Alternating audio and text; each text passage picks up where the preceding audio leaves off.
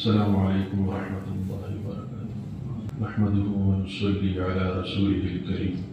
اما بعد فاعوذ باللہ من الشیطان الرجیم بسم اللہ الرحمن الرحیم واصبر نفسك مع الذين يدعون ربهم بالغداة والعشي يريدون وجهه صدق الله العظيم وصدق رسوله النبي الكريم ونحن على ذلك من الشاهدين والشاكرين إن الله وملائكته يصلون على النبي يا أيها الذين آمنوا صلوا عليه وسلموا تسليما محبت کے ساتھ درود شریف پڑھیے اللهم صل على سيدنا مولانا محمد وعلى آل سيدنا ومولانا محمد مبارك وسلم وصل عليه واحلل صدري ويسر لي أمري واحلل عقدة من لساني يفقهوا قولي سورہ کہف کی ایک آیت کریمہ کی تلاوت کی گئی ہے۔ اللہ رب العزت ہمارے پیارے نبی کریم صلی اللہ علیہ وسلم سے خطاب فرما رہے ہیں وَاصْبِرْ نَفْسَكَ مَعَ الَّذِينَ يَدْعُونَ رَبَّهُمْ بِالْغَدَاةِ وَالْعَشِيِّ يُرِيدُونَ وَجْهَهُ۔ اے نبی، آپ اپنے آپ کو ان لوگوں کے ساتھ روکے رکھیے جو صبح اور شام اللہ کی رضا کے لیے، اللہ کی خوشنودی کے لیے اسے پکار رہے ہیں، اس کا ذکر اور فکر کر رہے ہیں۔ آیت کریمہ کے ضمن میں اکثر مفسرین اور محدثین حضرات نے ایک نقطہ بیان کیا ہے کہ انسان کی فطرت میں یہ بات داخل ہے کہ وہ جس سوسائٹی میں رہتا ہے، جس معاشرے میں رہتا ہے، تو وہاں پر وہ لوگ جو اس سے مرتبے اور رتبے میں کمزور ہوں، یا مال کے اعتبار سے، یا جسم و جان کے اعتبار سے، یا منصب کے اعتبار سے، رتبے کے اعتبار سے، عزت اور شہرت کے اعتبار سے، کسی بھی غرض سے وہ لوگ جو ان سے کمزور ہوں، تو عموماً ایسا ہوتا ہے کہ وہ لوگ جنہیں اللہ نے مال و دولت سے نوازا ہوتا ہے، منصبوں سے نوازا ہوتا ہے، بنگلوں سے نوازا ہوتا ہے، وسائل سے نوازا ہوتا ہے، تو وہ ان لوگوں کو جو کمزور ہوتے ہیں کمتر سمجھتے ہیں یا انہیں حقارت کی نظر سے دیکھتے ہیں۔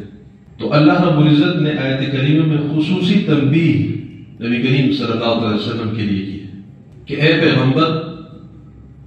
وَاصْبِرْ نَفْسَكَ مَعَ الَّذِينَ يَدْعُونَ رَبَّهُمْ بِالْغَدَاةِ وَالْعَشِيِّ يُرِيدُونَ وَجْهَهُ۔ اے نبی، آپ اپنے آپ کو ان لوگوں کے ساتھ روکے رکھیے، ان لوگوں کے ساتھ شامل کیجئے جو صبح اور شام اللہ کی رضا کے لیے، اللہ کی خوشنودی کے لیے اللہ کی یاد کر رہے ہیں، اللہ کا ذکر کر رہے ہیں، اس کے سامنے رکوع سجود کرتے ہیں۔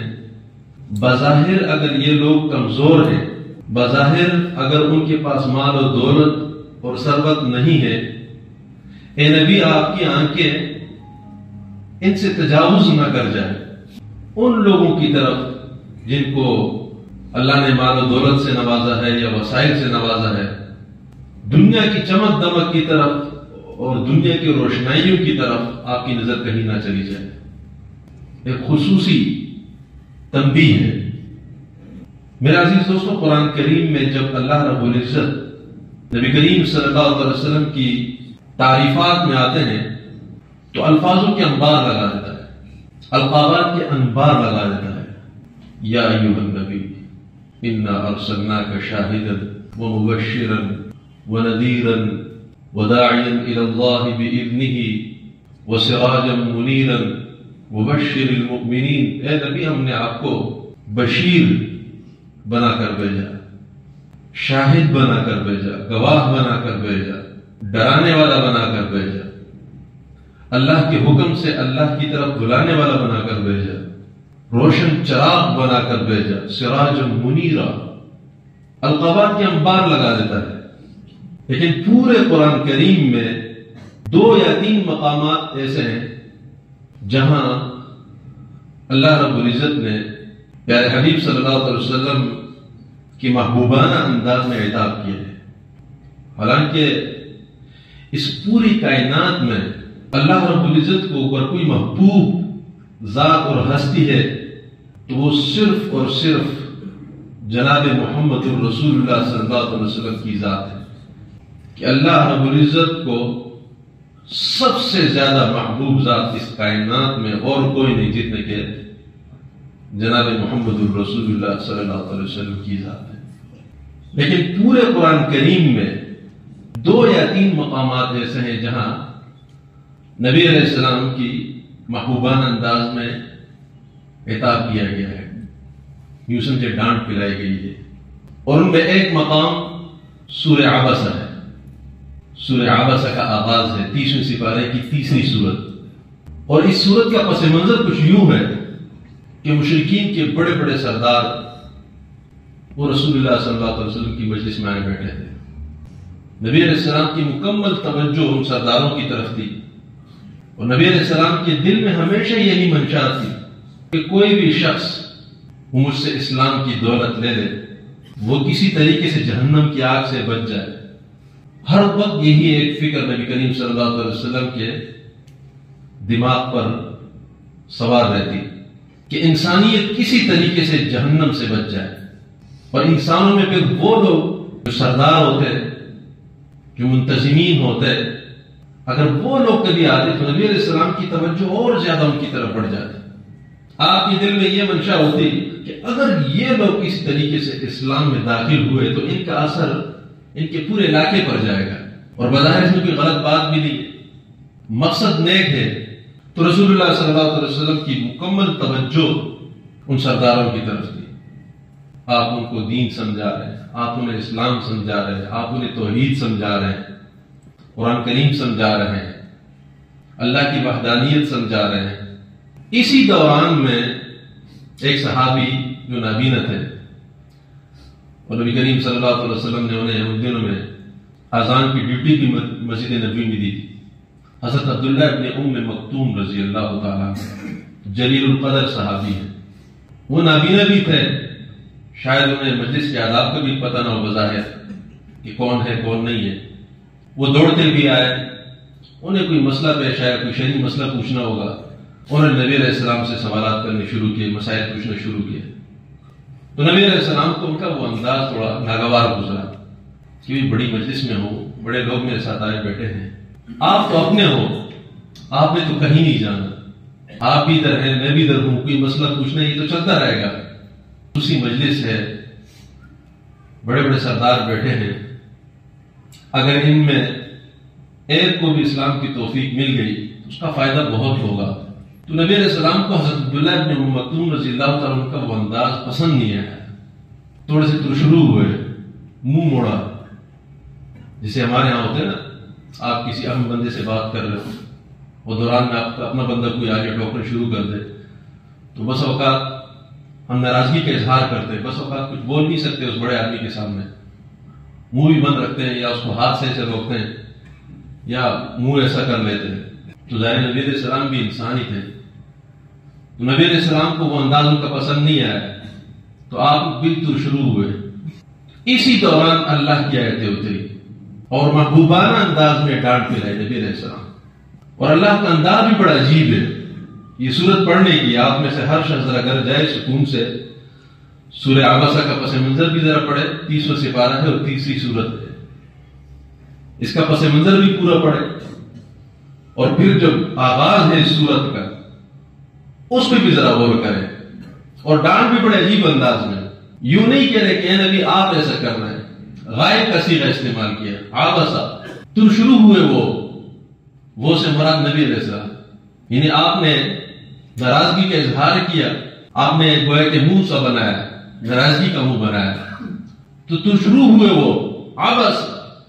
وتولى اور منہ موڑ لیا، ان جاءه الاعمى کہ ان کے پاس ایک نابینا شخص آیا، وما يدريك لعله يزكى، اور اے نبی آپ کو کیا معلوم کہ شاید وہ بندہ جو آپ کے پاس آ رہا ہے وہ کچھ نصیحت حاصل کرتا، وہ تو نصیحت حاصل کرنے کے لیے آپ کے پاس آ رہا۔ وما يدريك لعله يزكى او يذكر فتنفعه الذكرى، وہ نصیحت حاصل کرتا اور آپ کی نصیحت اسے فائدہ بھی پہنچاتی، وهو يخشى، وہ تو اللہ سے ڈرنے والا تھا۔ لیکن اما من استغنى فانت له تصدى،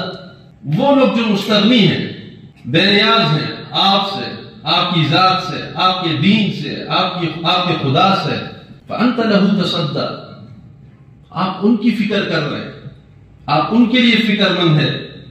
وہ اتنے مستغنی ہیں کہ وہ طلب لے کر نہیں آئے آپ کے پاس، وہ اگر آئے بیٹھے بھی ہیں تو کسی اور غرض سے آئے ہیں، اس مقصد کے لیے نہیں آئے کہ وہ آپ سے ہدایت حاصل کریں۔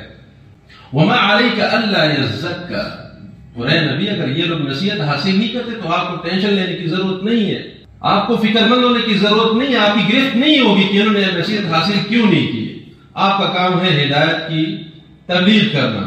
اگر کوئی حاصل کرتے تو بہت اچھی بات، کوئی حاصل نہیں کرتا تو وہ جانے، اس کا کام جانے، بہت زیادہ آپ کو فکر مند ہونے کی ضرورت نہیں ہے۔ وما علیک الا یزکا، اگر وہ نصیحت حاصل نہیں کرتے، وہ رہنمائی حاصل نہیں کرتے، وہ پاکیزگی حاصل نہیں کرتے تو آپ کو فکر مند ہونے کی ضرورت نہیں، اس پر آپ کی گرفت نہیں ہوگی۔ وَأَمَّا مَنْ جَاءَكَ يَسْعَىٰ، وہ شخص جو دوڑ کر آپ کے پاس آ رہا ہے، جو طلب لے کر دل میں آپ کے پاس حاضر ہو رہا ہے، وَهُوَ يَخْشَىٰ، اور اس کے دل میں اللہ کا خوف بھی ہے، وہ اللہ سے ڈرنے والا بندہ بھی ہے، یعنی عبداللہ بن ام مکتوم، فَأَنْتَ عَنْهُ تَلَهَا، آپ ان سے اعراض کر رہے ہیں۔ یہ محبوبانہ انداز میں ڈانٹ ہے۔ اور اس واقعے کے بعد عبداللہ بن ام مکتوم رضی اللہ تعالیٰ عنہ کا سٹیٹس آسمانوں پہ پہنچ گیا۔ نبی علیہ السلام ڈرتے تھے ان سے کہ آپ کی وجہ سے میری ڈانٹ ہوئی، وہ بڑا اکرام کرتے عبداللہ ابن مکتوم کا۔ جب بھی مدینے سے باہر جاتے تو اپنے مسلح پر عبداللہ ابن مکتوم کو بیٹھاتے کہ تم میری نمائندگی کر سکتے ہو یہاں، آپ کا اللہ کی نظروں میں بڑا مقام ہے، آپ معمولی آدمی نہیں ہیں۔ یہ خطاب بظاہر جناب محمد رسول اللہ صلی اللہ علیہ وسلم سے ہے، لیکن نبی کریم صلی اللہ علیہ وسلم کے واسطے سے پوری امت کو سبق دیا جا رہا ہے کہ بظاہر وہ لوگ جو معاشرے میں کمزور نظر آتے ہیں انہیں کمزور مت سمجھو، وہ تمہیں دکھتا ہے کہ یہ کمزور ہے، اگر اس کا اندرونی تعلق اللہ کے ساتھ مضبوط ہے تو بس اوقات ایسے لوگ جب اللہ کی ذات پر قسم کھاتے ہیں تو اللہ تعالیٰ ان کی قسم کی بھی لاج رکھتے ہیں۔ اسی لیے نبی کریم صلی اللہ علیہ وسلم ایک موقع پر خطاب فرما رہے تھے، صحابہ سے پوچھا کہ کیا میں تمہیں نہ بتاؤں کہ جنتی کون ہے؟ تو صحابہ نے کہا یا رسول اللہ ضرور بتائیے۔ نبی علیہ السلام نے فرمایا کہ بہت سارے پراگندہ بالوں والے، کمزور جسامت والے، کمزور کپڑوں والے، اگر کسی کے پاس چلے جائیں تو انہیں دھتکار دے، اگر کسی کے دروازے پہ چلے جائیں کو بھگا دے، لیکن اللہ کی قسم جب وہ اللہ کی ذات پہ قسم کھاتے ہیں تو اللہ ان کی قسموں کی لاج رکھتے ہیں۔ یہ جنتی لوگ ہیں، ان سے ڈرو۔ اسی لیے حدیث شریف میں آتا ہے نبی علیہ السلام کے دور میں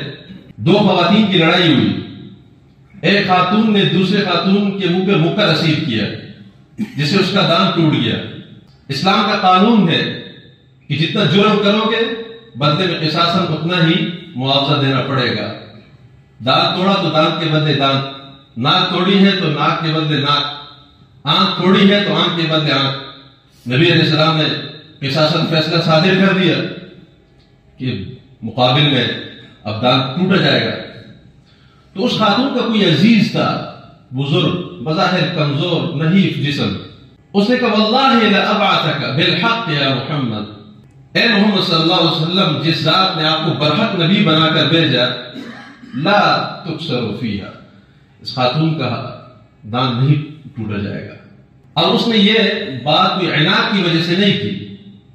اس لیے نبی علیہ السلام نے برا نہیں مانا، لیکن اس بندے کا کوئی خصوصی تعلق تھا اللہ کے ساتھ جس کی بنیاد پر اس نے اتنی بڑی بات کی کہ اے نبی آپ کا فیصلہ ہے کہ قصاصاً اس کا دانت ٹوٹا جائے گا لیکن نہیں ٹوٹا جائے گا۔ اب اسلام کا قانون یہ ہے کہ قصاص میں اگر کوئی عضو ہے تو عضو کے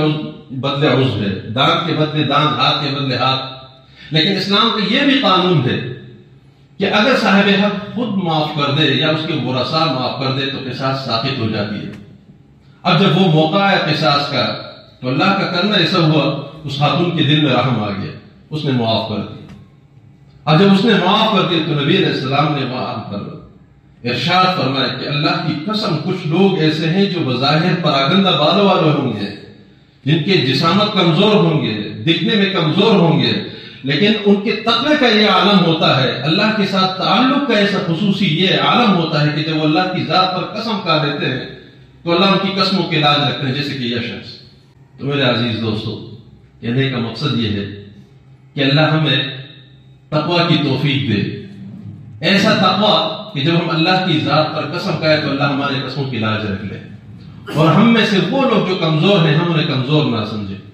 ہمیں کوئی معلوم نہیں کہ اس کا اندرونی تعلق اللہ کے ساتھ کیا ہے، اور ایسا لفظ وہ کہہ دے،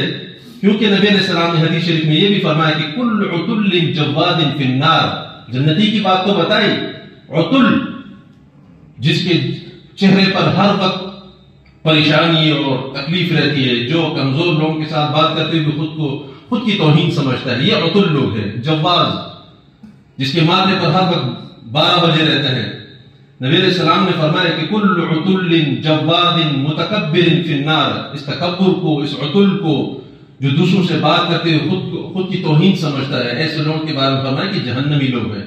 اللہ سے دعا ہے اللہ ہمیں دین کی صحیح سمجھ کی توفیق نصیب فرمائے۔ وآخر دعوانا الحمدللہ۔